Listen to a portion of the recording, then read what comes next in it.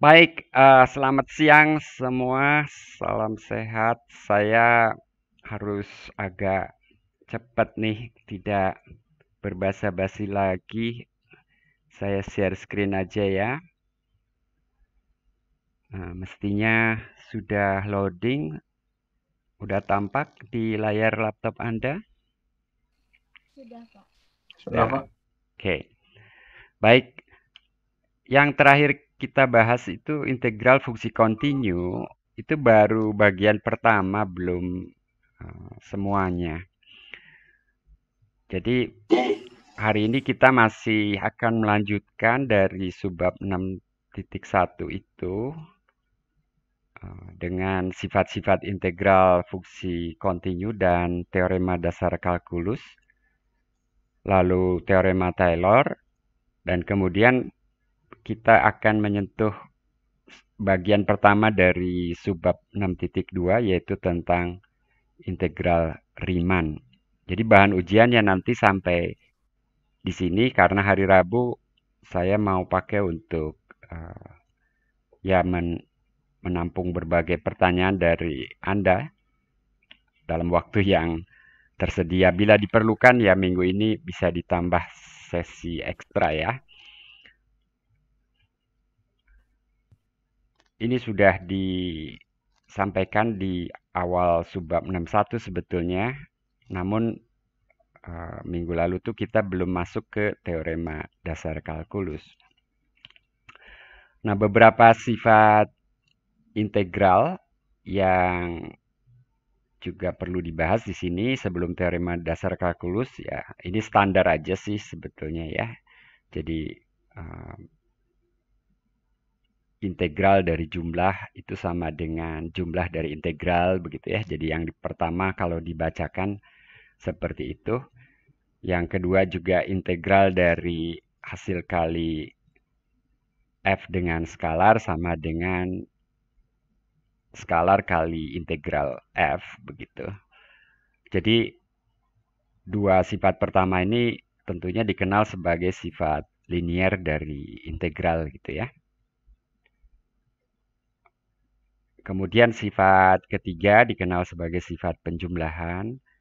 Jadi integral dari A ke C sama dengan integral dari A ke B tambah dari B ke C gitu ya. Dengan catatan di sini B-nya di antara A dan C. Walaupun ini sebetulnya bisa berlaku lebih umum juga. Tinggal modifikasi aja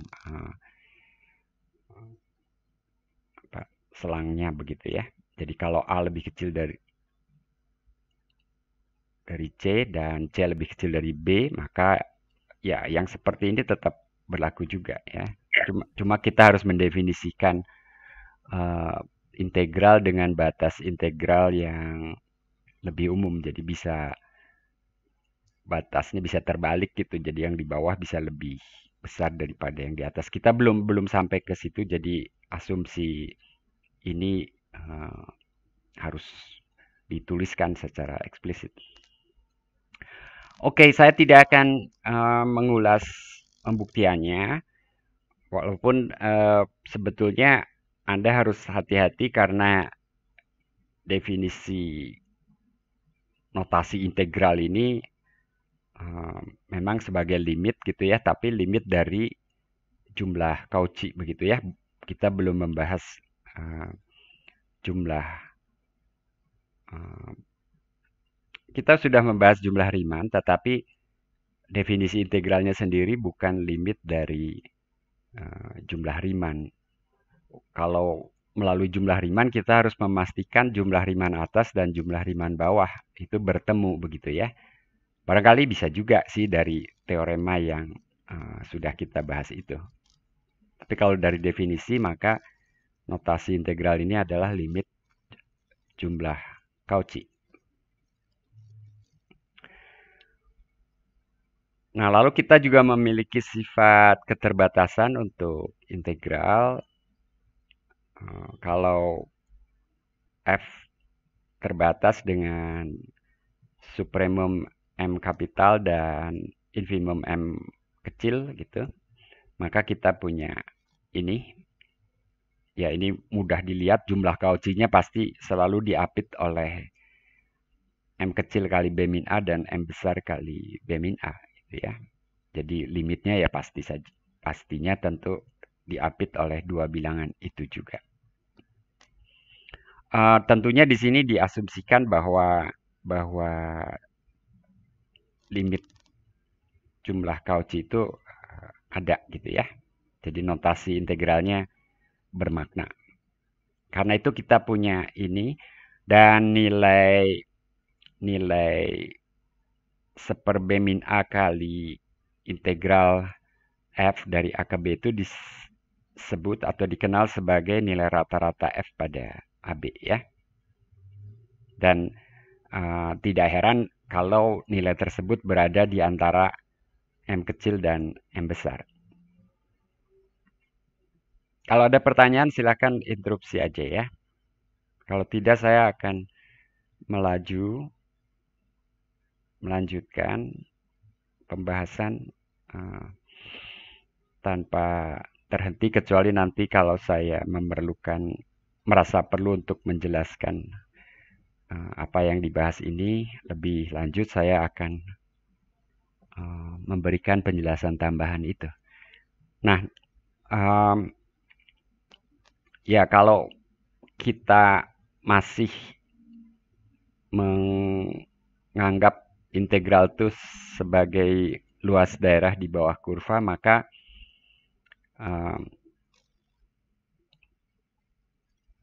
nilai rata-rata tadi itu sama aja dengan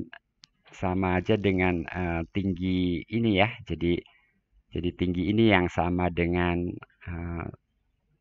seper B min A kali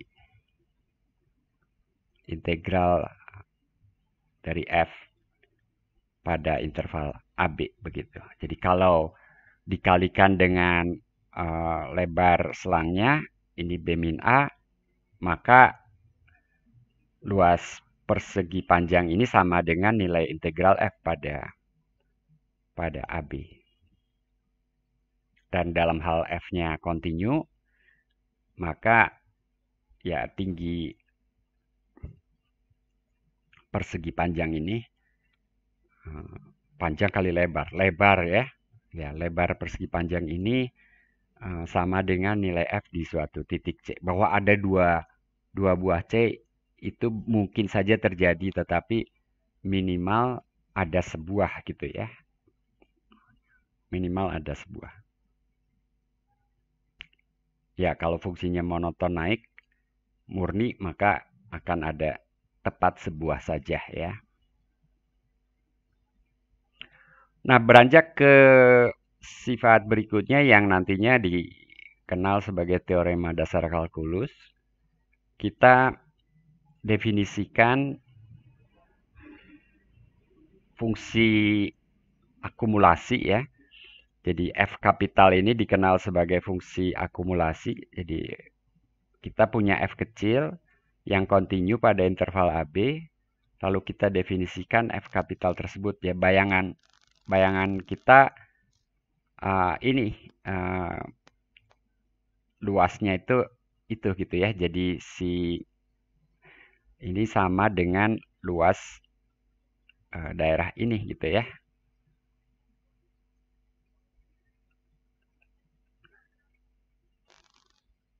Gitu. Nah, batas atas integral ini X, jadi bayangkan X-nya kemudian bergerak dari A ke B, menjelajahi semua nilai di antara A dan B begitu.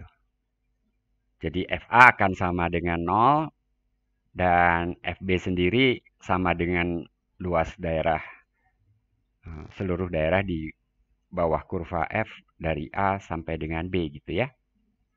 Jadi ini seluruhnya. Nah, fungsi F disebut tanda kutip integral dari F. Tadi integral ini ya fungsi akumulasi, fungsi luas gitu ya. Walaupun kata luas tentunya harus memperhatikan nilai F itu apakah betul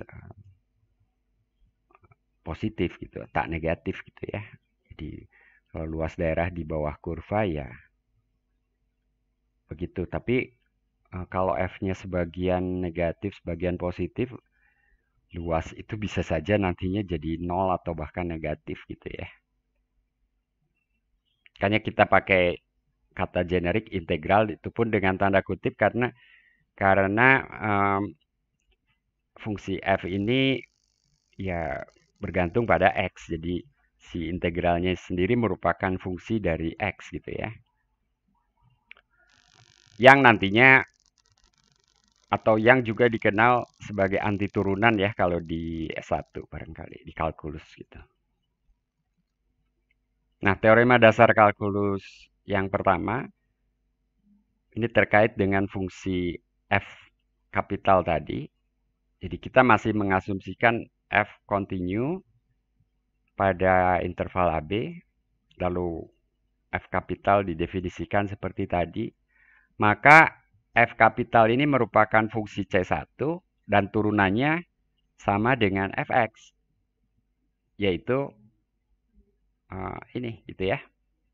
Anda tentunya sudah tahu ini sejak TPB, sejak tahun pertama kalau di TB ya.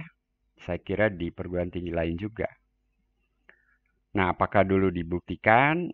Mestinya paling tidak di pengantar analisis real dibuktikan. Jadi, teorema dasar kalkulus ini menyatakan bahwa turunan merupakan barangkali amannya semacam gitu ya. Karena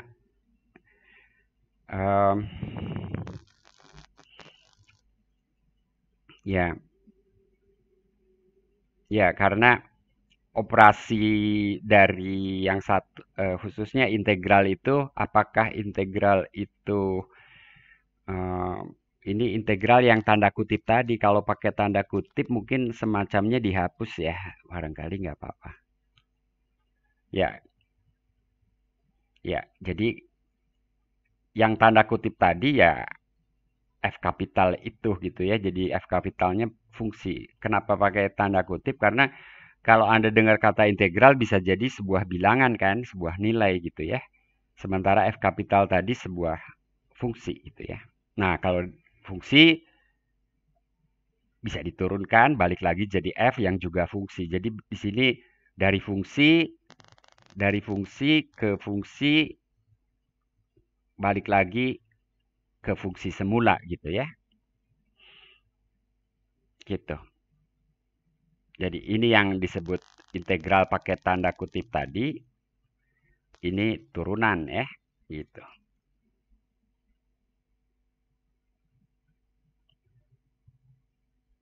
Oke. Tadi saya sudah menyebutkan jadi fungsi kapital F disebut juga sebagai anti turunan dari F kecil.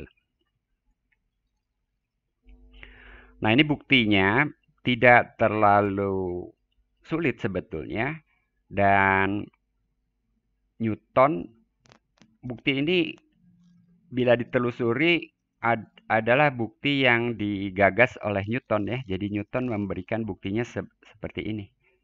Jadi kalau kita punya fungsi F kecil, ini bayangkan itu F, lalu bayangkan kita sedang meninjau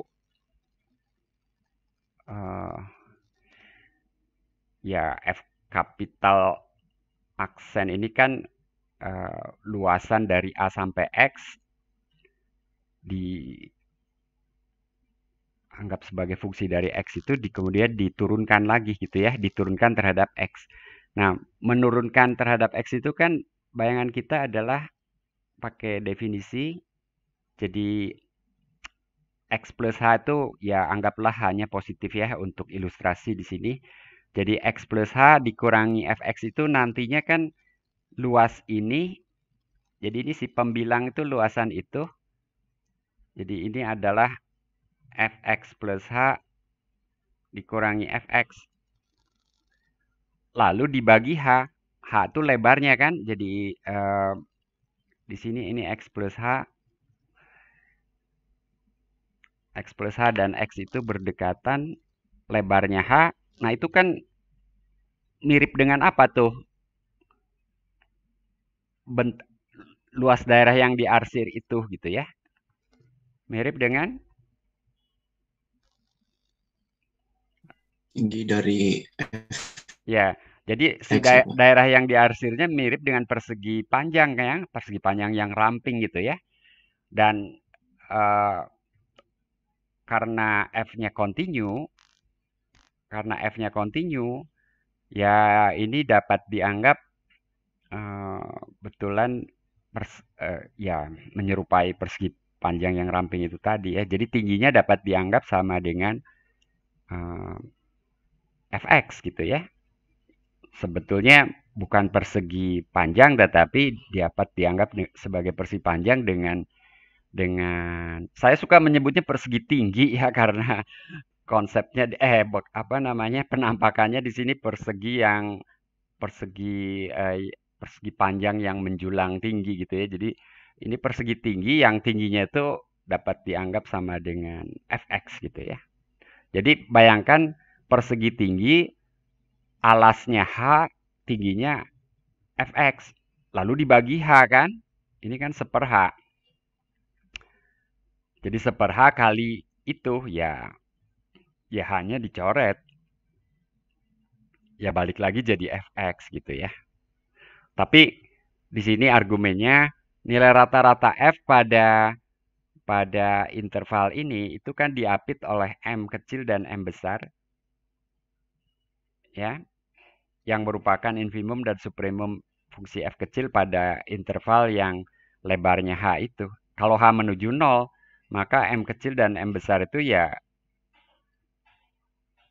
menuju fx gitu ya. Nilainya tidak akan berbeda secara signifikan dari fx gitu ya. Oke, argumennya seperti itu. Saya kira argumen ini cukup jelas dan di S1 mestinya ini juga sudah dibahas ya. Jadi tidak berbeda. Kita pakai sifat keterbatasan tadi ya.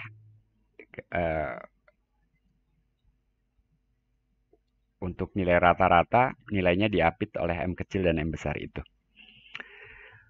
Nah, lalu ada teorema dasar kalkulus kedua yang Anda juga sudah kenal, tetapi sekarang kita menuliskannya seperti ini. Jadi di sini ini F kapital aksen gitu ya. Jadi yang dijadikan hipotesisnya fungsi F kapital. Jika ini apapun ini kita berangkatnya dari fungsi F kapital yang merupakan fungsi C1. Jadi tidak ada F kecil di sini.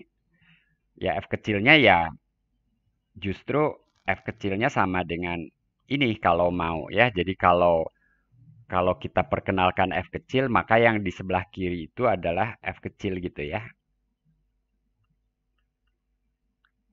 Tulisan saya agak jelek ini.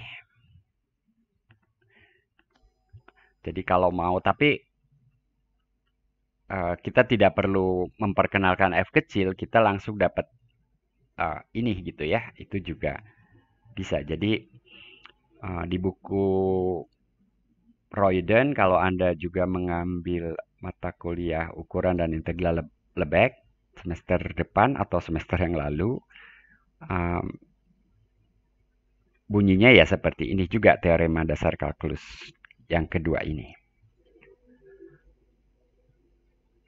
Ya, jadi kalau diperkenalkan F kecil sebagai turunan F besar, ya F besar ini anti turunan dari F kecil itu.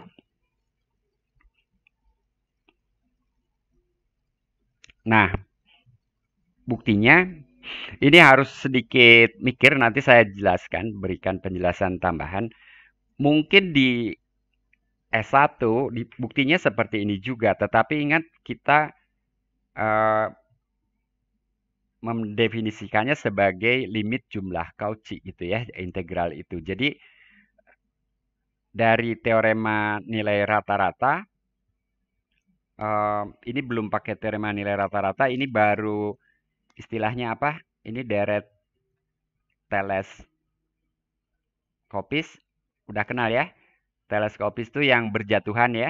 Jadi FB kalau dilihatnya K-nya mundur dari N ke 1, maka ini FB min titik sebelah kirinya, lalu ditambah nilai F di titik sebelah kirinya tadi ke sebelah kirinya lagi, dan seterusnya saling menghapuskan, maka yang tertinggal tinggal FB dan FA ya. Nah, baru ke sini ini teorema nilai rata-rata untuk turunan gitu ya. F aksen dari suatu titik di suatu titik AK di dalam interval XK-1 XK kali lebar selangnya, dan itu tidak lain adalah apa ini? Jumlah Cauchy ya, jumlah Cauchy untuk si F aksen. Nah, karena itu si integral ini yang sama dengan limit itu mestilah sama dengan FB min A. Sebetulnya di sini ada suatu loncatan kesimpulan ya. Kenapa? Ada yang bisa menjelaskan?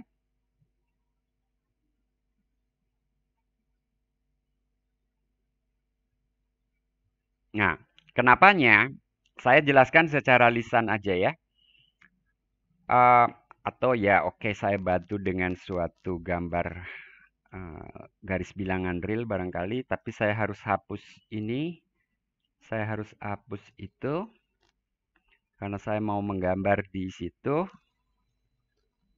Ada peringatan koneksi tidak stabil. Apakah suara saya terputus? Tidak, Pak. Ini saya tidak, Pak. Oke. Ini saya akan menggambar garis bilangan. Ini gambar garis bilangan ini saya akan tandai di situ. Bayangkan FB min FA adalah sebuah bilangan di situ ya. Andaikan limit dari jumlah Cauchy itu bukan dia, tapi andaikan limitnya itu ini gitu ya. Sebutlah itu I gitu ya. Atau jangan I. Pakai huruf apa? S ya. Andaikan limitnya S gitu ya. S kecil lah. Andaikan S. Nah, menurut definisi limitnya seperti ini kan. Maka ada partisi sedemikian rupa, bukan ada partisi. Ini menuju 0, ada apa? N sedemikian rupa kalau partisinya, norma partisinya kurang dari 1/n, maka jumlah Cauchy itu akan gak jauh-jauh dari si S. Betul? Jadi saya bisa pilih M. M-nya itu kurang dari jarak FB min FA ke S. Jadi kalau S tidak sama dengan FB min FA, maka jaraknya positif gitu kan. Dan si M ini bisa dipilih sedemikian sehingga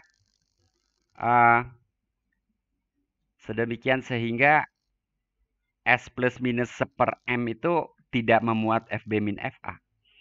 Nah, setelah M itu dipilih,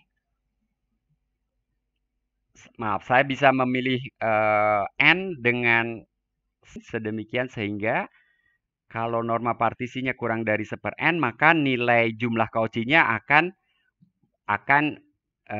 berada di radius 1/m itu tadi, gitu ya. Gitu. Lalu itu akan bertentangan dengan ini, gitu ya. Ini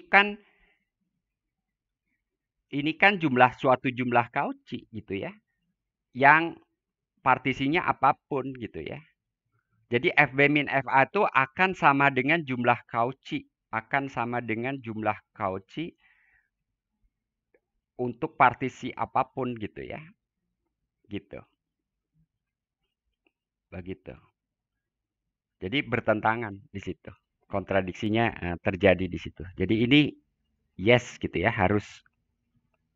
Nah, Anda dengarkan lagi rekamannya.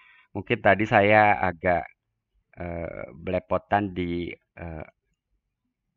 M dan N gitu ya. Jadi memang ada untuk setiap M terdapat N sedemikian sehingga gitu ya. Untuk setiap partisi dengan norma kurang dari 1/n, jumlah Cauchy dan nilai integralnya itu berjarak lebih kecil dari 1/m gitu ya. Begitu. Oke, bisa diterima itu?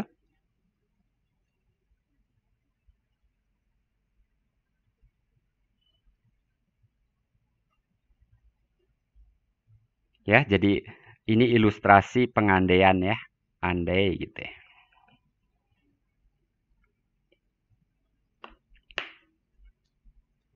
Oke. Nah, terkait dengan sifat-sifat integral tadi, Anda bisa mencoba soal-soal latihan ini. Saya kira ini standar di mata kuliah ukuran dan integral Lebesgue juga ada. Lalu bukti teorema dasar kalkulus 2 juga sebetulnya bisa menggunakan teorema dasar kalkulus pertama. Jadi ada cara kedua gitu ya. Yang tadi menggunakan teorema nilai rata-rata. Oke, dicoba ya. Nah, masih subbab 6.1 bagian terakhir. Di sini teorema Taylor nanti ya arahnya. Kalau kita ingin menghitung integral, kadang kita perlu teknik untuk memudahkan perhitungan gitu ya. Ada substitusi, ada pengintegralan parsial, dua-duanya kalian sudah kenal ya. Substitusi peubah, pengintegralan parsial ini sudah dikenal. Nah, kadang-kadang nggak bisa didapat juga nilai integralnya secara eksak, maka kemudian nanti ada pengintegralan numerik. Sejak di kalkulus saya kira sudah diperkenalkan beberapa metode pengintegralan numerik. Substitusi peubah saya cepat aja, ini saya tuliskan tanda kutip rumusnya gitu ya. Ya ini seperti rumus aja memang. Jadi mungkin ngelihatnya dari kanan ke kiri, mungkin ya ngelihatnya dari kanan ke kiri. Kalau kita punya bentuk ini, lalu si itu biasanya begitu ya.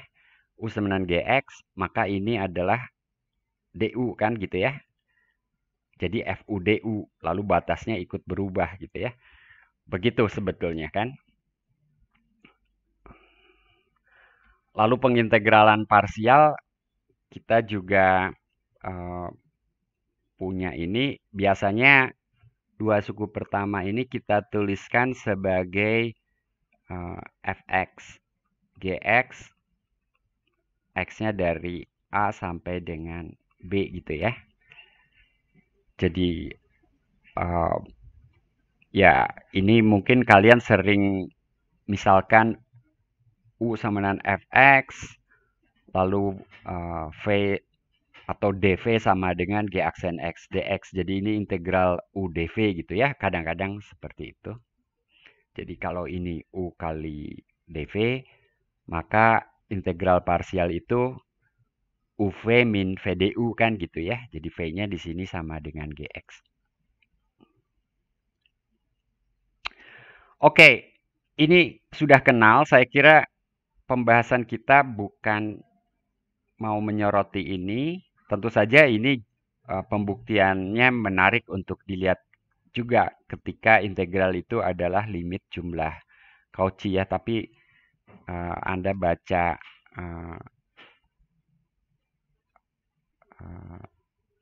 penjelasannya atau bukti atau penjelasannya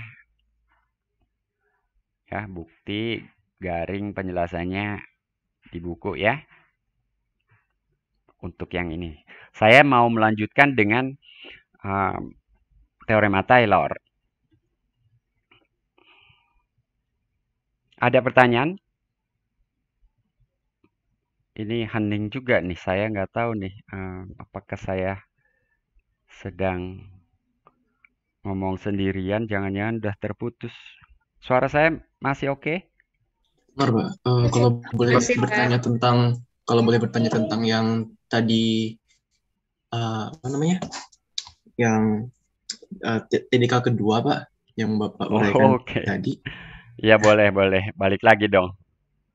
Ya, sebentar aja sih. Mungkin berarti mungkin idenya itu tuh kita memang butuh untuk F-actionnya tuh continue ya, Pak ya, supaya istilahnya apapun nilai F-action yang kita ambil di dalam sebuah partisi, nilainya itu tuh dalam tanda kutip nggak bakalan jauh dengan F-action AK yang benar itu ya, Pak ya?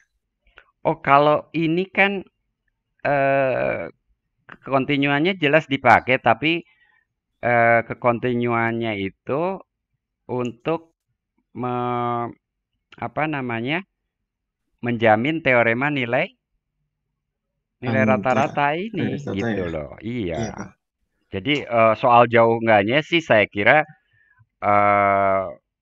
nggak menjadi relevan lagi. Yang penting dari sini ke sini teorema nilai rata-rata berlaku kan gitu ya.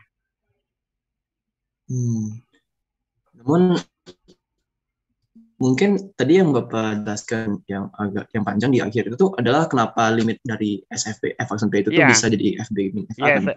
ya gini ya. Kamu lihat ini, apa sih artinya ini? Ya, ini kan bukan limit yang biasa kan? Ya kan? Iya, Pak. Jumlah-jumlah ini tuh sebetulnya himpunan jumlah Cauchy kan? Iya, Pak. Ya, setiap kita berikan batasan untuk norma partisi, misalnya seper n gitu, norma partisinya lebih kecil dari seper n, maka kita punya himpunan jumlah Cauchy kan? Nah, fungsi yang kontinu itu kan terintegralkan, jadi integral ini kan ada, Iya, Pak. ya. Dan by definition gitu ya, dia adalah limit jumlah Cauchy itu kan.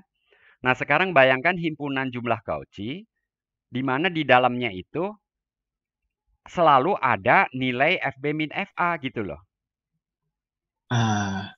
Berarti limitnya ya mestilah FB min FA itu gitu loh. Nggak mungkin yang lain. Kalau lain, ini kalau lain kan, nanti suatu saat himpunan jumlah Cauchy-nya tuh ada di antara S min seper N dan S plus seper N gitu loh. Ya, Pak. Jadi Ini nggak ada soal kekontinuan. Ini adalah nilai FB min FA yang akan selalu ada di setiap himpunan jumlah Cauchy sekecil apapun norma partisinya. karena berarti intinya tuh limitnya ada kan, Pak? Terus Iya, kayak limitnya limitnya ada ada. karena ini kan kita sudah membahas 61 bagian A itu kan integral fungsi kontinu. Itu kan sudah kita buktikan ketika fungsinya kontinu, limitnya ada kan.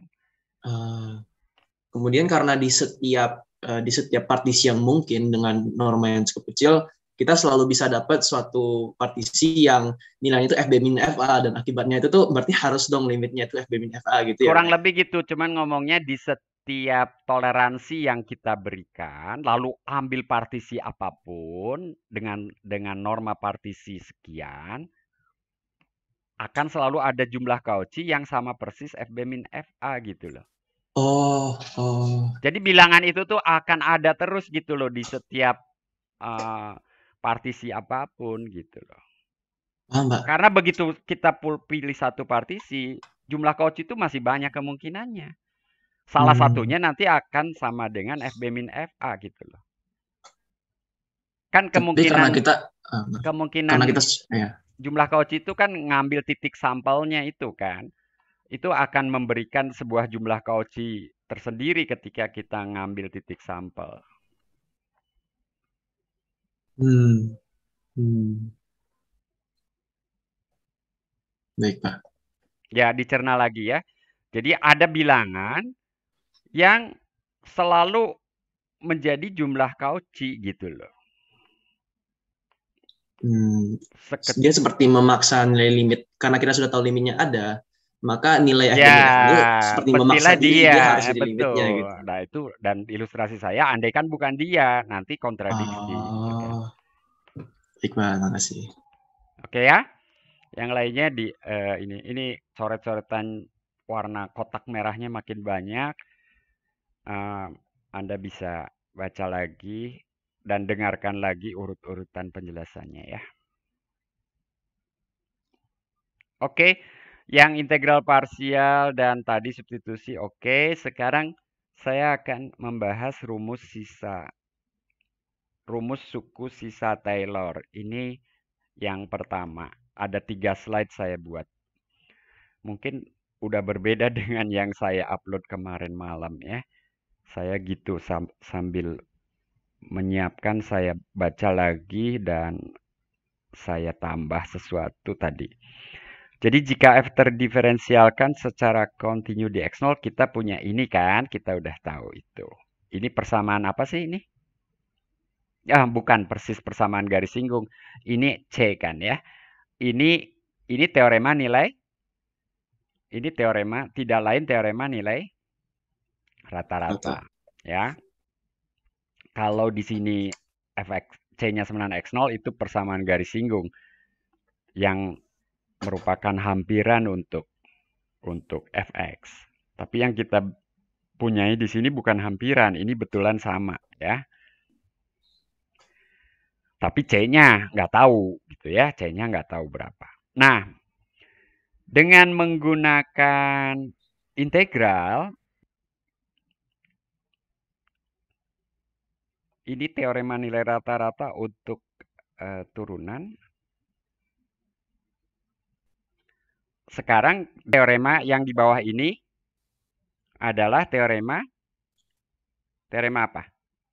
Teorema dasar kalkulus 2. Ini teorema dasar kalkulus 2 ya. Teorema dasar kalkulus 2.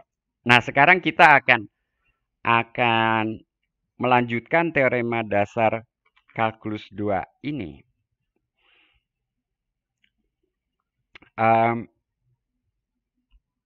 Bentuk integral di ruas kanan itu merupakan suku sisa Taylor orde 0. Maksudnya apa?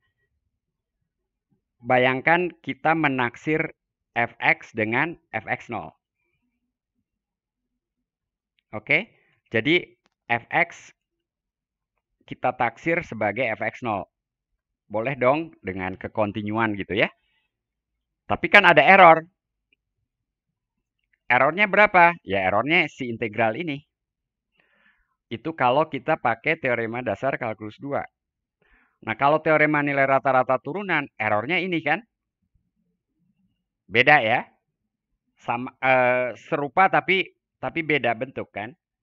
Maksudnya serupa spiritnya, serupa niatnya. Niatnya menaksir fx dengan fx0. Kalau yang di atas kita pakai penaksiran galatnya itu dengan turunan. Ya. Nah, yang di bawah pakai integral. Sebetulnya sama aja nggak? Ya sama aja. Tapi kita menyajikannya dengan integral gitu ya. Jadi ya kalau ditanya berapa galatnya ya fx min fx0. Berapa itu ya nggak tahu juga gitu ya. Harus ditaksir juga. Galatnya pun kan harus ditaksir ya pada akhirnya ya. Tapi Taylor memilih itu dan ini bisa dilanjutkan. Sebetulnya yang di atas juga kan akan berujung pada polinom Taylor. Yang di bawah ini kita akan dapatkan polinom Taylor juga tetapi dengan galat dalam bentuk integral. Di dalamnya ada turunan tentunya. Bila f fungsi C2, maka dengan pengintegralan parsial dapat ini. Anda lihatnya dari bentuk integral ini, Anda akan dapatkan integral di ruas kiri dikurangi suku ini, itu sama dengan integral yang ada turunan kedua di dalamnya.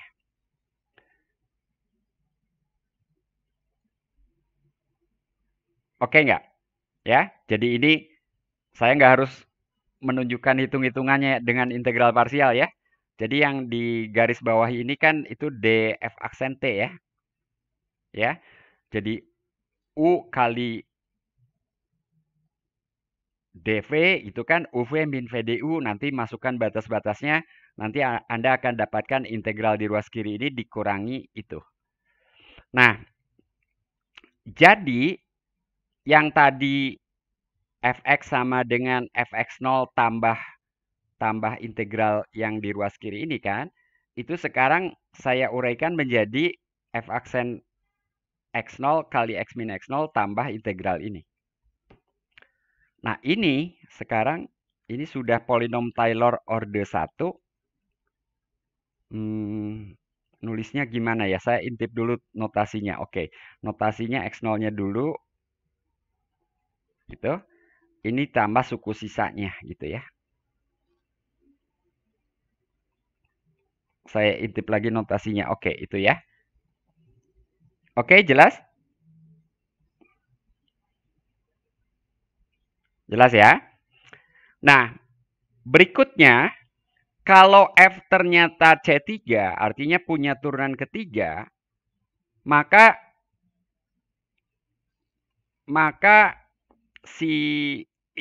kita bisa ulangi integral parsialnya.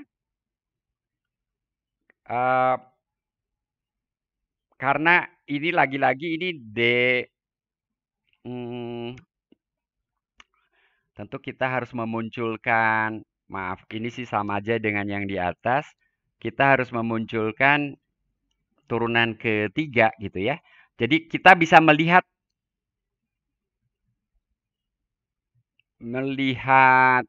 bentar.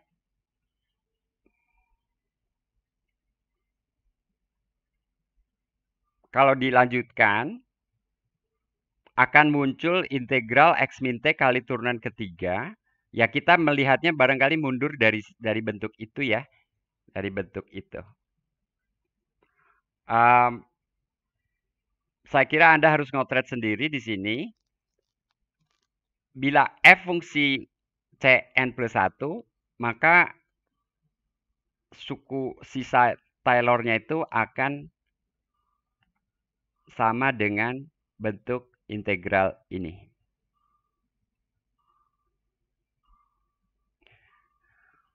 Jadi Anda bisa buktikan ini secara induktif ya. Tadi sudah saya berikan hitung-hitungannya untuk f fungsi C2. Jadi n-nya sama dengan 1.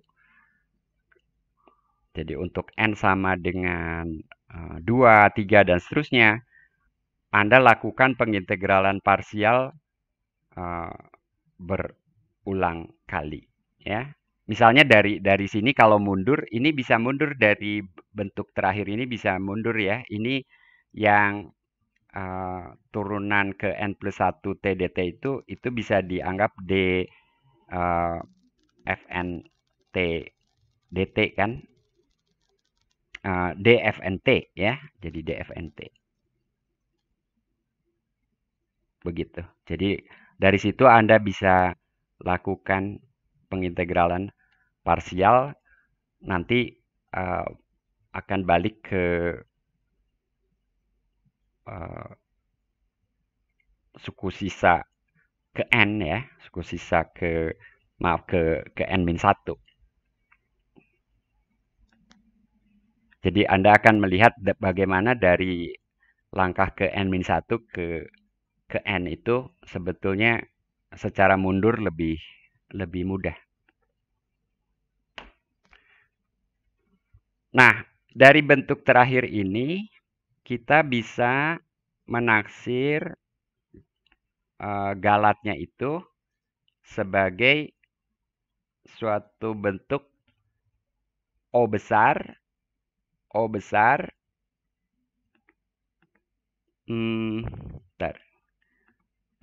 dari X min X0 pangkat N plus 1.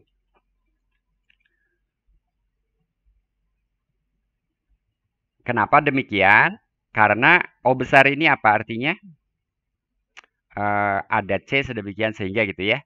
Jadi nilai mutlak CRN X0, X itu lebih kecil atau sama dengan C kali nilai mutlak X min X0 pangkat N plus 1. Dengan asumsi F-nya fungsi Cn plus 1, maka turunan ke N plus 1-nya itu continue. Dan kalau continue dia terbatas. Nah, kalau terbatas, batasnya sebutlah C. Maka C keluar, lalu ini kurang dari X min X0, lalu lebar selangnya sendiri X min X0. Jadi X min X0-nya pangkat N plus 1 gitu. Jelas ya?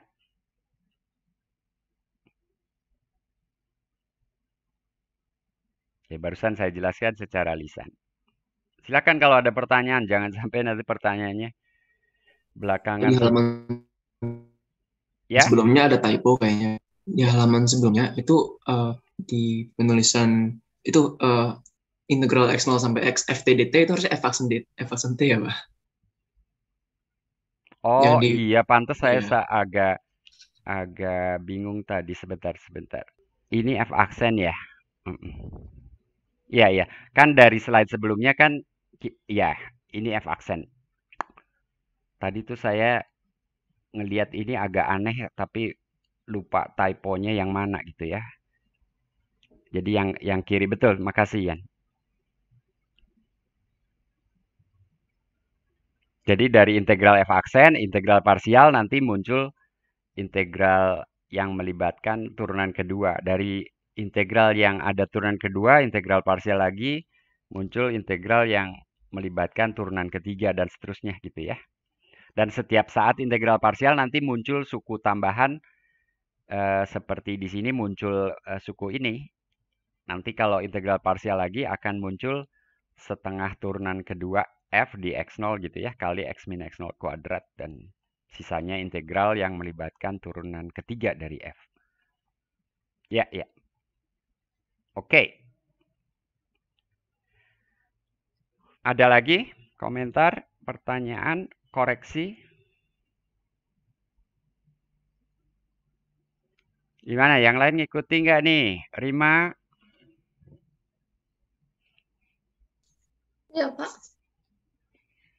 Terus siapa lagi? Vale, ini yang saya hafal belum banyak.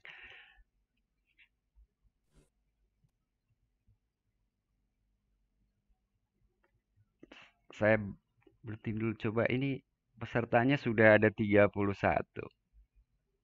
Mariani, Ya, Pak.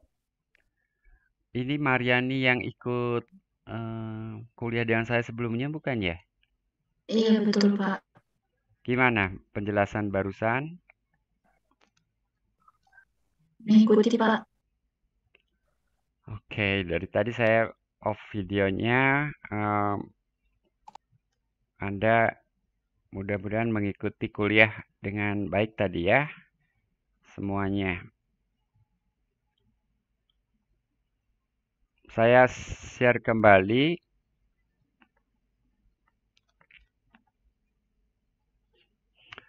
Ya, saya harus memastikan Anda mengikuti ya, karena yang bertanya tadi Ian ya? Iya, Pak. Iya. Khawatirnya yang ikuti cuma Ian aja gitu loh. Padahal Senin depan udah mau ujian.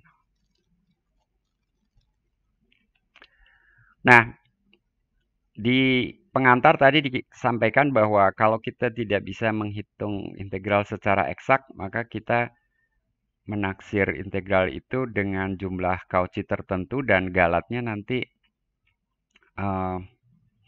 ya kita taksir juga gitu ya. Tapi dengan rumus suku sisa Taylor tadi, kita bisa menaksir galatnya dengan kalau kita mengetahui turunan ke sekian dari F itu, terbatas oleh berapa begitu ya. Jadi kalau F terdiferensialkan dan turunan pertamanya lebih kecil dari M1, maka kita dapatkan taksiran ini. Karena itu galatnya yang sama dengan integral ini, kita dapatkan taksiran M1/2 kali XK min XK min 1 kuadrat. Dan ini lumayan bagus gitu ya kalau selangnya itu kecil, XK min 1 kecil dikuadratkan menjadi lebih kecil lagi gitu ya. Nah, EK ini merupakan kesalahan yang terjadi jika kita menaksir nilai integral F pada selang XK min 1 XK dengan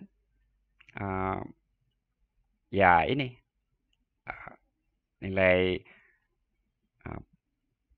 FAK kali XK min 1 yang tidak lain luas persegi panjang itu gitu ya. Kalau kemudian kita hitung kesalahan total atau galat total, maka kita dapatkan galatnya M-1/2 kali sigma XK min 1 kuadrat. Jadi ini kuadrat gitu ya. Andaikan pangkatnya 1 bukan 2 gitu ya, ini lebar selang. Ya lebar selang ya terlalu besar gitu. Tapi kuadrat ini memperkecil masing-masing lebar selang ya. Kalau partisinya cukup halus, ini bilangan yang kecil-kecil. Memang kemudian N-nya bisa jadi besar. Bayangkan 100 gitu ya.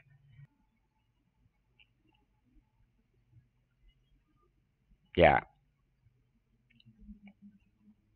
kalau M1-nya kita tahu, ya tadi triknya di sini kalau partisinya itu punya norma delta yang pangkat yang jadi kuadrat ini kita uraikan XK min 1, maaf, XK min 1 kali dirinya sendiri, yang satu kita biarkan tetap XK min 1, yang satu kita taksir dengan delta, maka sigma yang XK min 1 itu sama dengan B min A kan, gitu ya. Jadi akhirnya kita dapatkan taksiran ini. Nah, dengan penaksiran seperti ini, ya akhirnya kita melihat juga bahwa seberapa halusnya partisi itu menentukan galatnya, ya. Jadi M-1 tidak, maaf, M1 tidak bisa diapa-apakan lagi, B-A tidak bisa diapa-apakan lagi. Jadi M-1 kali, kok M-1 terus sih saya? M1 kali B-A itu suatu konstanta, kali setengah juga itu suatu konstanta, tapi delta bisa kita mainkan gitu ya. Bisa sekecil yang kita inginkan. Jadi galatnya bisa dibuat sekecil yang kita inginkan.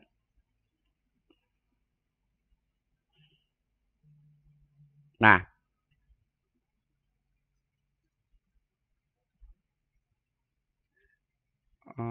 bentar. Ya. Ini kayaknya agak lepas dari rumus suku sisa Taylor sih ya.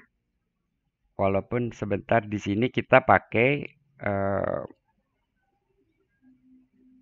penaksiran untuk EK.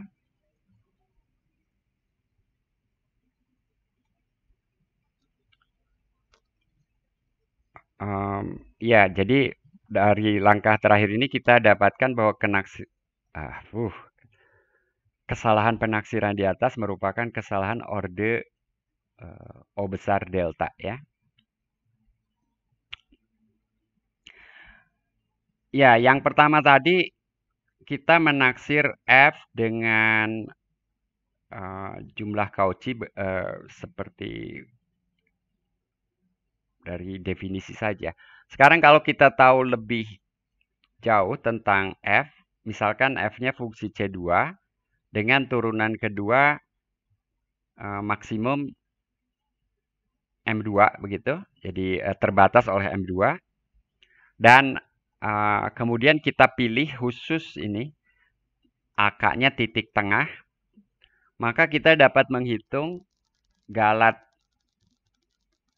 penaksiran integral F dengan jumlah Cauchy dengan pemilihan AK ini.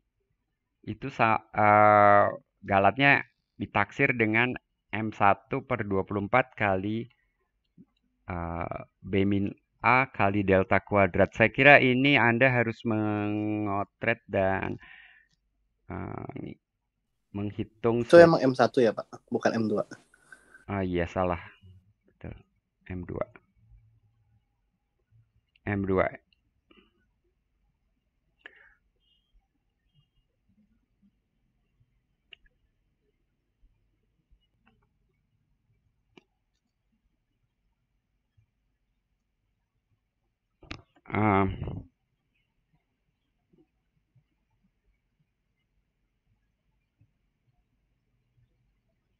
Jadi ada hubungannya dengan, kalau yang pertama tadi kan belum kelihatan rumus Taylornya ya. Jadi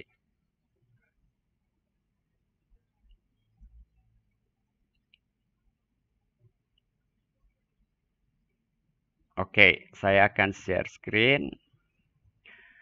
Baik, kalau penasaran dengan detail penaksiran galat tadi, saya akan share bukunya.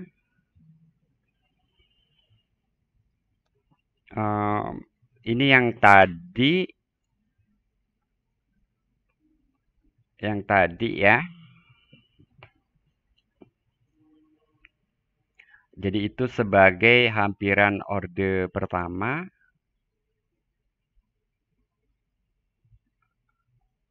Lumayan lah begitu ya. Ordenya delta. Nah, tapi kalau kita mengetahui kemulusan F, maka kita bisa dapatkan hampiran yang lebih baik. We can do a lot better gitu ya. Bla bla bla. If the function is smooth enough. Jadi kalau kita asumsikan F-nya C2 dengan turunan keduanya terbatas oleh M2, kita ambil titik tengah,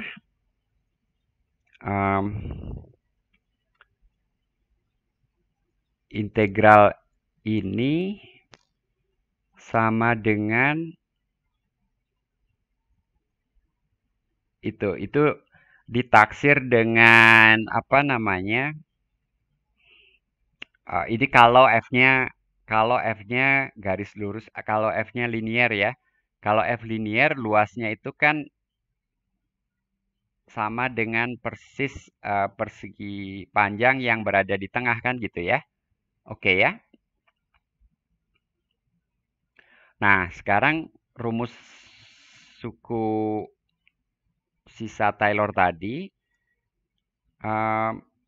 itu kan garis lurus ya. Jadi itu kita catat, lalu ini suku sisanya tadi yang kemudian kita gunakan info tentang turunan kedua, jadi ditaksir oleh itu.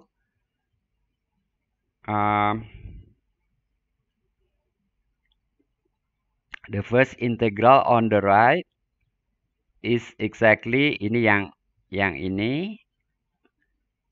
YK itu titik tengah, jadi FYK konstanta tinggal keluar saja. suku lalu ini 0. Ini 0 karena ini fungsi ganjil.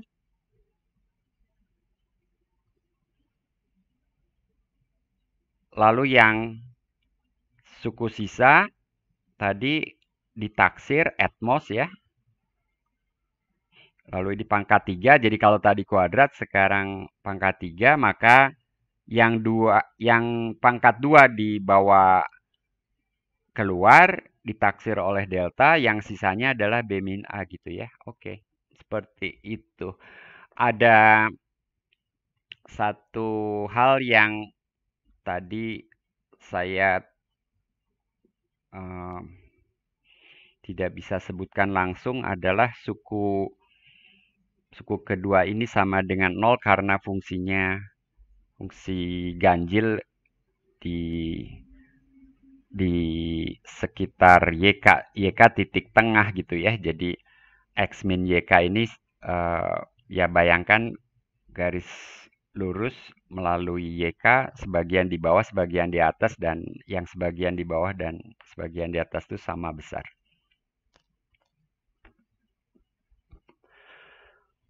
Oke, kalau Anda baca lagi bukunya, memang semua dijelaskan di buku, dan buku Strikats ini khas ya. Strikats itu menulis panjang lebar narasi begitu dalam paragraf-paragraf yang penuh dengan kalimat. Jadi Anda membacanya tentunya juga harus bisa mengerti bahasa Inggrisnya dengan baik juga gitu ya. Kalau tidak bisa tersesat juga, cuma melihat jadinya bukan membaca. Ya membaca sih, tapi membaca kalimat-kalimat yang barangkali Anda bingung dengan maknanya karena penguasaan bahasa Inggris yang terbatas gitu. Jadi mudah-mudahan bahasa Inggris Anda udah bagus semua ya. Kan di tes TOEFL ya kalau mau mendaftar sebagai mahasiswa S2 di ITB. Di tes TOEFL-nya nggak, Riza Sudirman? Iya Pak, tapi yang tahun 2020 kemarin itu bisa nyusul. Jadi belum ada yang belum ya? Iya, ada yang belum Pak. Kamu udah? Aku udah. Bagus. Bagus nggak? Enggak Pak. Bagus amat. Ya, sedang lah ya. Oke. Ya, sebetulnya buku matematika dalam bahasa Inggris relatif lebih mudah dibaca kalau kalimat-kalimatnya justru kalimat-kalimat pendek aja. Jadi paling ya begitu kan, let, then, if, then, so gitu kan. Nah, tapi Strikats kan nggak gitu menulisnya ya. Gitu ya. Jadi ada sedikit ya barangkali masalah kalau bahasa Inggris Anda pas-pasan gitu membaca buku Strikats yang penuh kalimat itu gitu ya. Gitu. Kalau tidak ya syukurlah kalau tidak mengalami masalah. Tapi sekali lagi yang saya sampaikan di sini itu rangkumannya boleh dikatakan ya.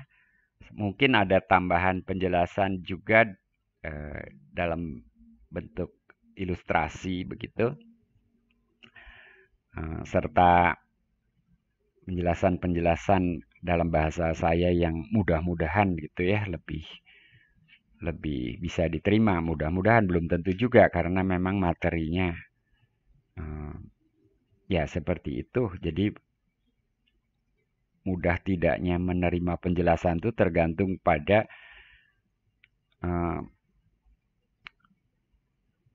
apa istilahnya ya. Jadi yang pakai analogi itu ya, saya kadang-kadang pakai analogi hutan atau hantu, yaitu hurufnya sama aja ya, HUTAN.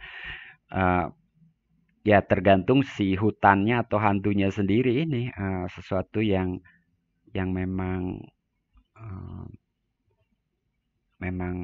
abstrak dan tingkat keabstrakannya mungkin juga beda-beda gitu ya. Jadi Seperti jumlah Cauchy tadi waktu Ian bertanya, saya nggak tahu yang lain paham nggak apa yang saya diskusikan dengan Ian tadi gitu ya. Ian, iya, udah akhirnya iya kan Ian, ya. Akhirnya kamu paham kan gitu kan setelah saya jelaskan. Tapi kan belum tentu setiap orang di sini pada frekuensi yang sama gitu loh. Seperti halnya saya dan Ian barusan gitu ya. Gitu. Mudah-mudahan sih.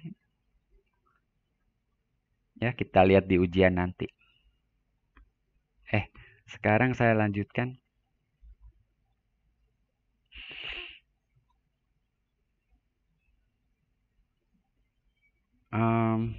Iya, seperti itu ya. Jadi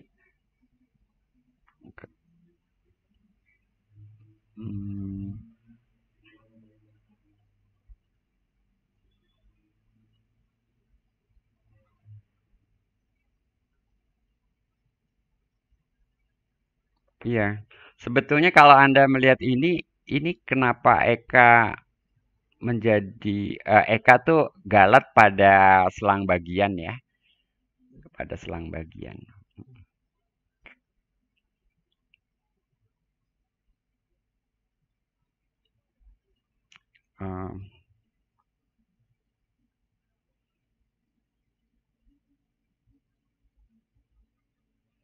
Ya, saya lagi mikir nih, kalau ini Anda tentu harus kembali ke buku, tapi tiba-tiba karena itu jelas nggak sebetulnya? Tentu saja ini jelas, tapi kenapa kemudian Eka-nya jadi sama dengan itu?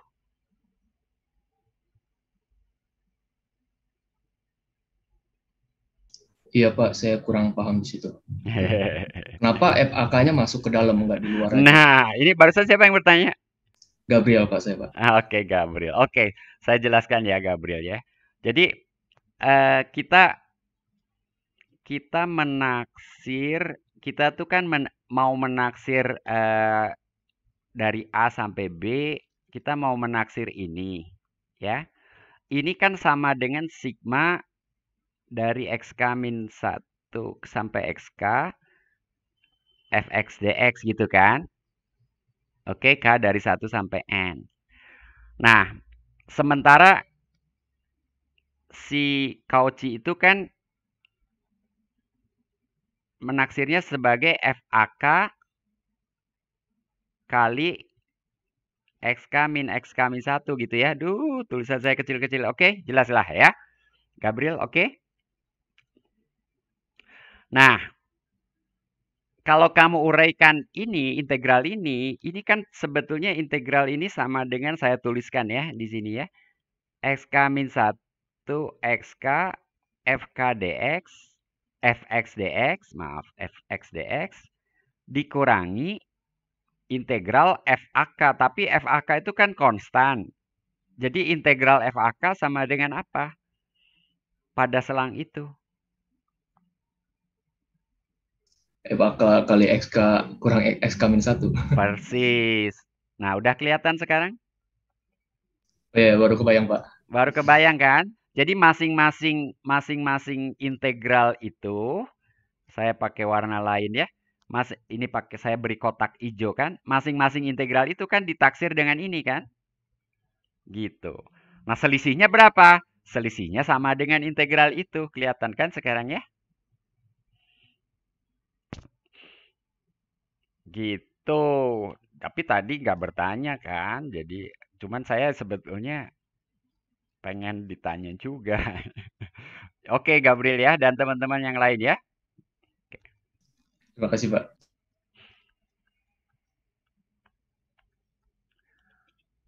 Oke, ini ada dua soal latihan. Buktikan jika F continue pada interval AB, maka terdapat C sedemikian. Sehingga, oke, ini tidak lain teorema nilai rata-rata untuk integral ya. Jadi ada dua teorema nilai rata-rata. Teorema nilai rata-rata turunan atau untuk turunan pakai kata untuk. Dan teorema nilai rata-rata integral atau teorema nilai rata-rata untuk integral ya. Mungkin singkatnya nggak pakai kata untuk gitu ya. Eh, nomor 2 cuman naksir jika kita memilih bla bla bla. Ya ini soal di S1 juga mungkin sudah pernah sih ditanyakan yang seperti ini ya. Supaya galatnya maksimum 10/4, seberapa halus partisinya gitu ya. Artinya N-nya harus berapa sih? Dan partisinya yang mudah ya partisi yang lebar selang bagiannya sama lebar gitu ya, sama besar. Kalau titik tengah bagaimana dan seterusnya ya. Oke. Saya masih punya 24 menit untuk integral Riemann bagian pertama ini. Jadi yang sebelumnya dibahas itu baru integral fungsi kontinu. Memang kemudian ada jumlah Riemann atas dan jumlah Riemann bawah gitu ya. Tapi kita belum membahas integral Riemann secara umum yang barangkali Anda sudah sering mendengar namanya itu integral Riemann gitu. Tapi yang tadi itu sebetulnya belum integral Riemann secara umum gitu ya. Nah, integral Riemann yang umum itu kita akan bahas sekarang.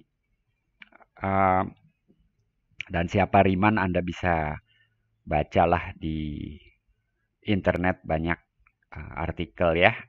Tokoh-tokoh matematikawan yang terkenal itu. Antara lain ya Riemann ini. Oke, misalkan F terbatas. Jadi sekarang kita tidak sedang berhadapan dengan fungsi yang kontinu. Asumsinya di sini F terbatas. Nah, mulai kemarin atau tadi itu belum sampai ada frase fungsinya terintegralkan. Kalau sekarang F terintegralkan gitu ya. F terintegralkan Riemann apabila jumlah Cauchy itu konvergen ke suatu limit. Jadi, loh, bukannya yang tadi itu juga demikian? Iya, tapi asumsinya kontinu fungsinya. Kalau begitu yang tadi itu fungsi yang kontinu itu terintegralkan Riemann. Betul. Ya. Istilah terintegralkan Riemann-nya memang ini definisinya. Jumlah Cauchy SFP itu konvergen ke suatu limit ketika norma partisinya menuju 0 ya. Yang kalau didefinisikan pakai epsilon delta untuk setiap M terdapat N gitu ya, dan seterusnya dan seterusnya. Dan limit tersebut disebut sebagai integral F pada AB dengan notasi yang sama aja ya, seperti yang sebelumnya kita sudah bahas. Oke? Jadi bedanya apa di sini? F-nya tidak harus kontinu tapi terbatas. Dan kemudian frase terintegralkan Riemann ini kita munculkan. Beberapa catatan, 2 catatan di sini. Jika F kontinu, maka kemudian ya kita tahu bahwa F terintegralkan Riemann pada AB. Oh ya, singkatnya terintegralkan gitu ya. Jadi kita tidak menyebutkan kata Riemann setiap kali gitu ya. Jadi yang dimaksud terintegralkan di sini terintegralkan Riemann. Kita tidak sedang membahas integral Darboux, integral Lebesgue, integral apalagi yang lain ya, Perron atau apa. Dan nilai integralnya dapat dihitung sebagai limit dari SFPN untuk barisan partisi tertentu. Jadi jangan salah. Kalau di sini kalau kita sudah tahu fungsinya terintegralkan, maka nilai integralnya dapat dihitung. Bukan sebaliknya ya. Kalau saya punya limit SFPN ada, apakah fungsinya terintegralkan? Jawabannya belum tentu. Tapi kalau fungsinya terintegralkan gitu ya, nilai integralnya dapat dihitung. Atau sebagai supremum dari apa ini? Jumlah Riemann bawah atau sebagai infimum dari jumlah Riemann atas. Ya, di mana supremum dan infimumnya dihitung atas semua partisi P yang mungkin. Jadi ini ada beberapa cara nih, 3 cara menghitung integral paling tidak ya.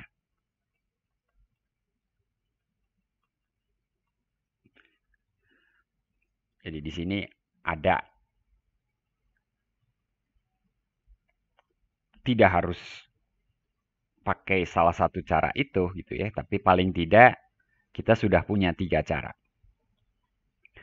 Nah, ya itu belum termasuk teorema dasar kalkulus kan ya. Jadi kalau ada asumsi tambahan fungsinya mulus dan seterusnya, maka teorema dasar kalkulus bisa dipakai. Punya anti turunan dan lain-lain ya. Lalu untuk setiap partisi, jumlah Cauchy diapit oleh jumlah Riemann bawah dan jumlah Riemann atas. Nah, tetapi keterintegralan F tergantung pada seberapa besar gap di antara jumlah Riemann bawah dan jumlah Riemann atas. Nah, Anda sudah berhadapan atau diperkenalkan dengan contoh ini di S1 saya kira ya. Kalau fx sama 1 untuk x rasional dan fx sama 0 untuk x irasional, ini fungsi apa namanya? Fungsi Dirichlet, Pak. Fungsi Dirichlet gitu ya. Maka f tidak terintegralkan pada interval apapun. Kenapa? Karena jumlah Riemann bawahnya pasti 0, jumlah Riemann atasnya sama dengan lebar selang. Nggak akan ketemu itu bagaimanapun gitu ya. Jumlah Riemann bawahnya nggak bergerak, 0 terus. Jumlah Riemann atasnya nggak bergerak juga, B min A terus. Jadi dalam hal ini gapnya itu konstan. Si gapnya konstan. Tapi Anda yang sudah belajar atau sedang mengambil kuliah ukuran dan integral Lebesgue, fungsi ini terintegralkan nggak? Menurut kacamata Lebesgue? Iya. Terintegralkan. Dengan integral sama dengan 0 untuk contoh ini. Gitu. Jadi integral itu, teman-teman, sebetulnya suatu kacamata atau cara menghitung luasan, apapun artinya luasan itu gitu ya, sigma itulah ya. Jadi kita pinjam kata luasan daerah di bawah kurva suatu fungsi dengan langkah-langkah tertentu. Kalau langkahnya seperti langkah Riemann ini, ya fungsi ini jadinya tidak terintegralkan. Tidak terintegralkan tuh menurut kacamata Riemann gitu ya. Ya jadi luasnya itu sendiri sebetulnya itu sesuatu yang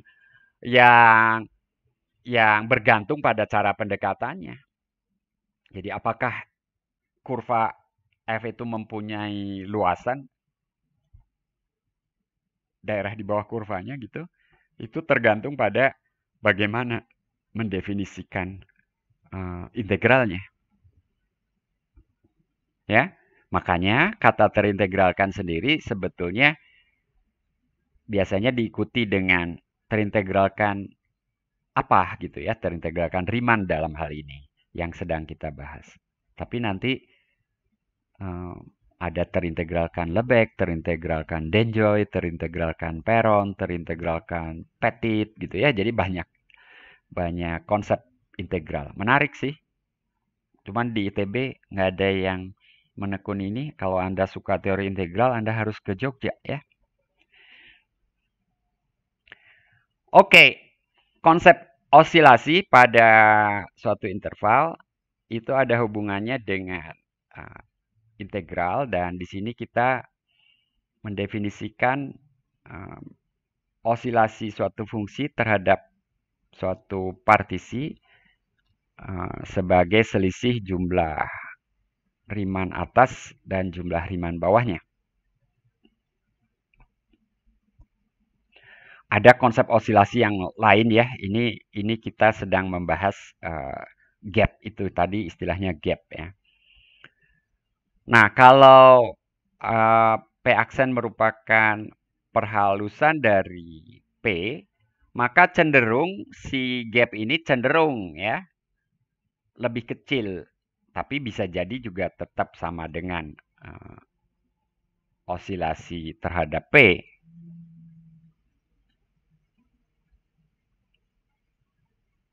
Nah, kemudian ada pertanyaan di sini, bagaimana jika P aksen bukan perhalusan dari P, tetapi norma P aksen itu jauh lebih kecil? Ini maksudnya jauh lebih kecil dari norma P. Apa bisa seperti itu? Bisa, karena definisi perhalusan itu kan sebagai himpunan memuat ya. Sementara norma itu bisa jadi lebih kecil, padahal sebagai himpunan tidak ada hubungan yang satu termuat dalam yang lain gitu ya. Contoh 2 titik, bayangkan AB dibagi 2 selangnya, partisinya jadi 3 titik. Yang berikutnya selangnya dibagi 3. Itu kan yang 4 titik itu kan bukan perhalusan dari yang 3 titik, betul nggak? Kemal, Firdaus. Iya, Pak. Ya. Dan di situ norma P aksen yang 4 titik itu lebih kecil dari norma P yang 3 titik gitu ya.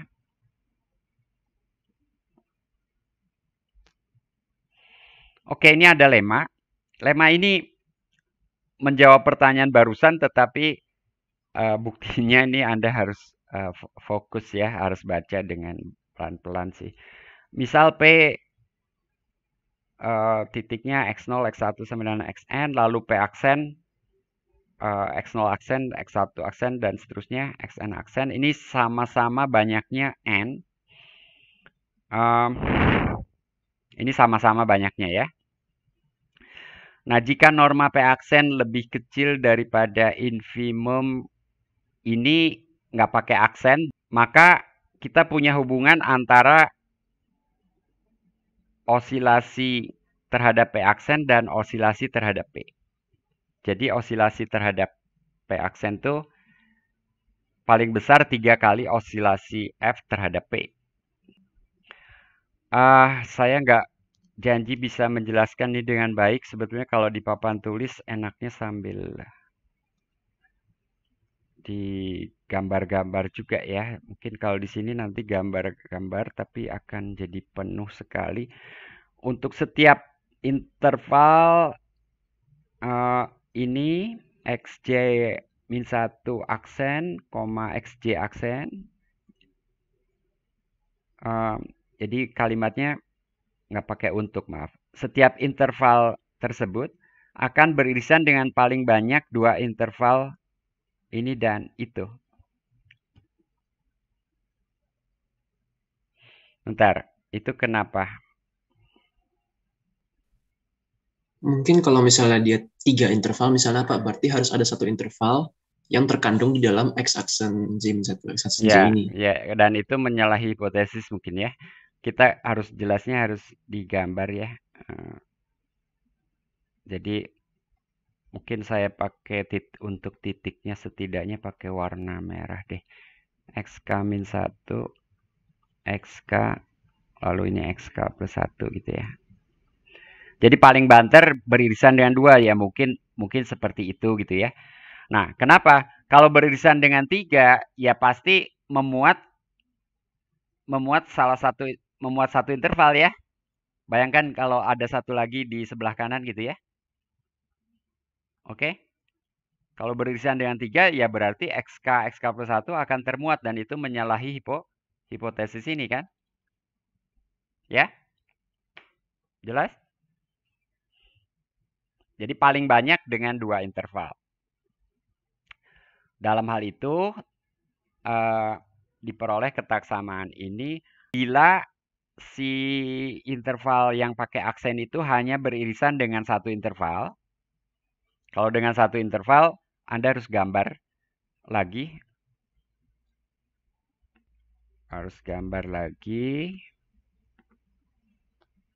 Mungkin selanjutnya sih saya akan ini aja ya.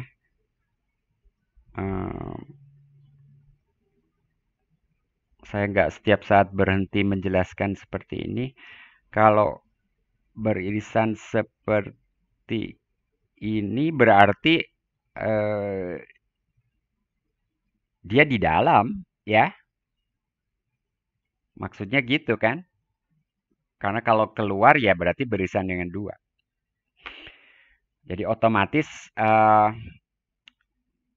si supremum MJ aksen lebih kecil dari MK, infimumnya lebih besar dari MK, jadi lebar atau selisih supremum dan infimumnya akan kalah oleh selisih supremum dan infimum pada selang XK-1 XK.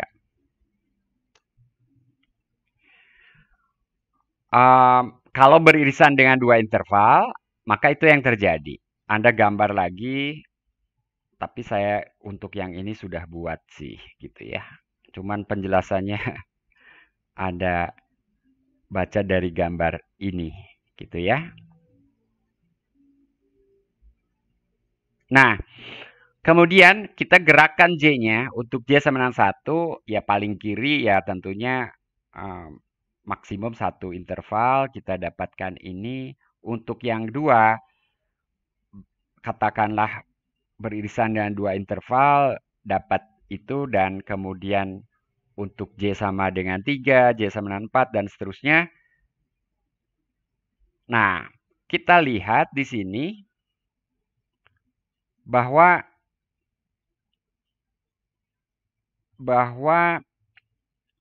si M2 min M2 saja ini, yaitu untuk K sama dengan 2 ya, jadi K sebagai indeksnya, itu muncul 3 kali.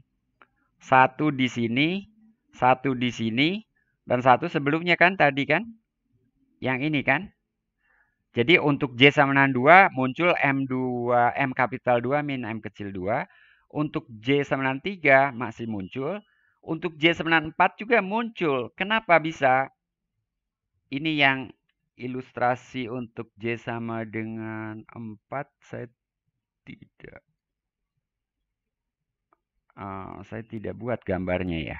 Atau yang di atas itu sebentar. Ya, yang J sama dengan 4 saya tidak buat. Tapi M kapital 2 min M kecil 2 tuh masih mungkin muncul gitu ya.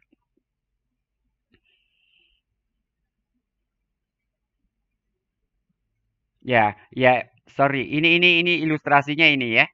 Jadi ini yang X3 aksen dan X4 aksen itu beririsan dengan ada X2 di sini ya. Nah, dengan faktor pengali 3, maka kita dapatkan secara total akan terdapat 2 atau lebih interval yang mengcover itu dengan lebar total tuh 3 kali XK min 1. Jadi buktinya agak apa istilahnya seperti ini tuh ya. Technical gitu ya. Delicate juga. Oke. Dengan menghitung sigma totalnya kita dapatkan hampiran itu. Saya berhenti di sini. Jadi materi kuliah yang akan menjadi bahan UTS sampai di sini.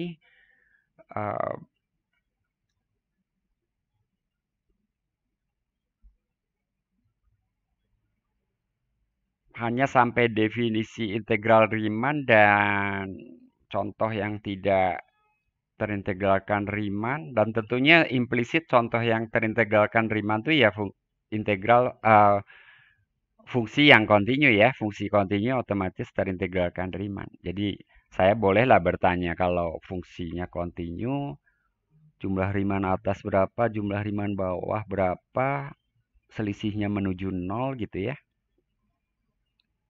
Karena definisi integral Riemann di sini, sebentar. Di sini kita belum mengatakan fungsinya terintegralkan Riemann jika dan hanya jika supremum dari jumlah Riemann bawah sama dengan infimum dari jumlah Riemann atas ya. Itu satu langkah lagi dari osilasi tadi. Ini kita baru, ya saya belum sempat bahas. Kalau kita intip buku, harusnya setelah ini adalah teorema keterintegralan. Maaf, saya share. Ini saya sedang share buku bukan? PPT Pak yang ini. Bukan, Pak. Belum. Bukan.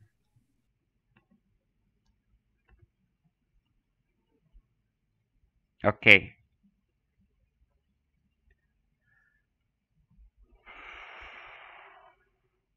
Ini integral. Nah, ini kalimat seperti ini kan.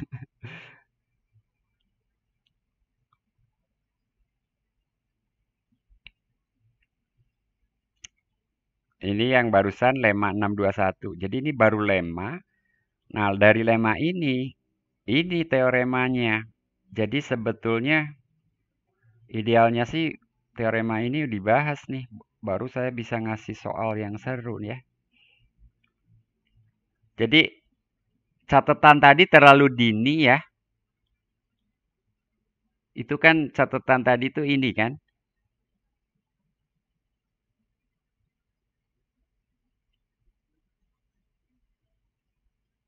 Iya.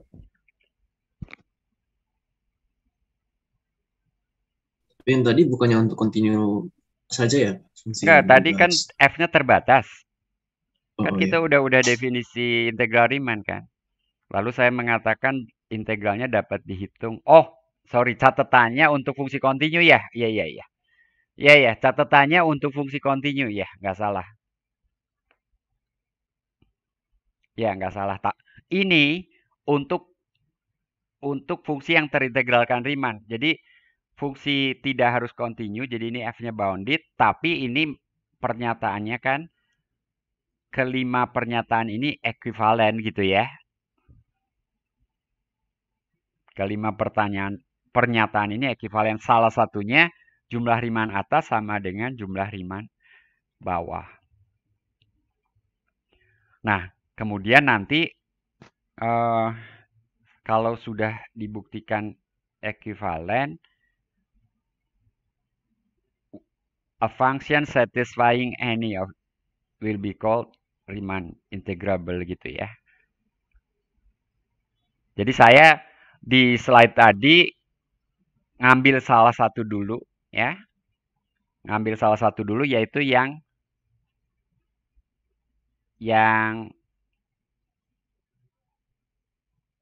E ya. Saya pakai ini kan sebagai definisi gitu kan. Ya enggak Ian? Slide saya tadi. Saya lupa, Pak. Oke, saya balik lagi. Ini yang E dilihat kan? Ini kan jumlah Cauchy kan? Iya, Pak. Jumlah Cauchy-nya menuju ini kan? Nah, saya kembali ke slide. Jadi saya sebagai dosen memang tentu membuat alur cerita yang menurut saya, yang pokoknya yang saya pilih. Ini PowerPoint ya. Nah, ini kan saya mendefinisikan yang E tadi kan. Ini yang bagian E tadi kan? Oh iya Pak, benar. Karena kita sudah mengenal ini sebelumnya waktu membahas integral fungsi kontinu gitu kan. Nah, tapi di buku itu nanti dibuktikan bahwa ada empat pernyataan lain yang ekivalen dengan ini gitu loh. Dengan ini gitu kan. Nah, salah satunya nanti pakai osilasi, tapi kita belum sempat membahas apa yang ekivalen dengan kondisi terintegral Riemann dalam arti jumlah Cauchy-nya itu konvergen bila kita menggunakan osilasi ini gitu ya, definisi osilasi ini. Maaf, ini definisi osilasinya. Anda sudah tahu arahnya. Kalau osilasinya ini menuju 0 gitu kan. Atau si supremum sama dengan infimum. Itu. Ini jika f kontinu ya. Jika f kontinu. Integral fungsi kontinu di sini.